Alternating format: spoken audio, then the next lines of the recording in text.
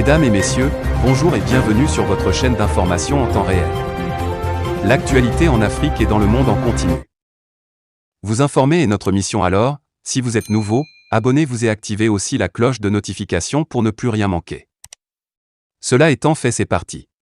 C'est à la suite d'une attaque horrible du détachement de gendarmerie d'Inata dans la province du Soum dimanche dernier qui a fait officiellement 32 morts selon un bilan provisoire.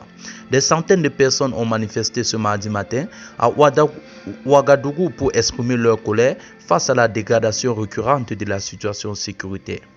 Réunis à la place des fêtes, les manifestants tentent de rejoindre le Premier ministre sans succès. Ils crient leur colère face à la récurrence des attaques terroristes et leur bilan macabre. On a l'impression qu'on envoie nos frères, nos enfants, nos oncles à l'abattoir. Tous les jours des condoléances, on en a marre. Combien d'orphelins sont là? Qui va s'occuper d'eux? Interroge Ekman Sembedo du mouvement Carton Rouge. Dans les cafés ou lieux de public, c'est la dernière attaque contre la gendarmerie qui, n'est-ce pas, alimente également les causeries. Aloïs Kaboré, entrepreneur dans les travaux publics, et Ousmane, un commerçant, se posent les mêmes questions depuis 6 ans maintenant. On ne sait plus à quel sein se vouer. On ne sait pas ce qui ne va pas.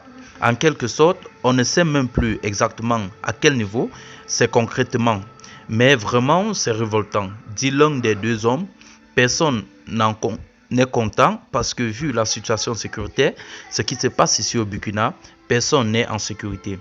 Depuis que le Burkina Faso est Burkina Faso, on n'a jamais vécu ça. Reprend l'autre. Face à la situation, certains Ouagalais appellent à l'union sacrée de tous les Burkinabés. Par contre, d'autres pensent qu'un changement à la tête du pays serait la solution. On ne comprend plus bien qu'est-ce qui ne va pas. C'est très décevant, poursuit un dernier. Certaines organisations de la société civile prévoient d'autres manifestations dans les semaines à venir face à l'insécurité grandissante.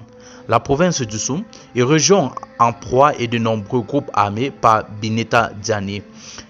Développement local en panne et incompréhension avec l'État central, cette région du nord du Burkina Faso, frontalière avec le Mali, connaît une série de problèmes et a été là à plusieurs reprises la victime des groupes armés.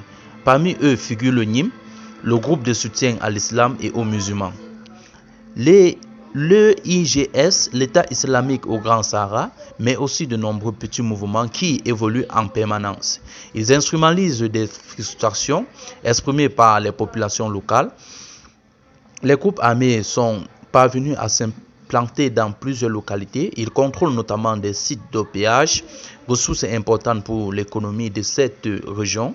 Dans certains villages, les groupes armés prélèvent même les taxes. Ces derniers mois, la violence est montée d'un cran contre des civils, les volontaires pour la défense de la patrie et les forces de sécurité.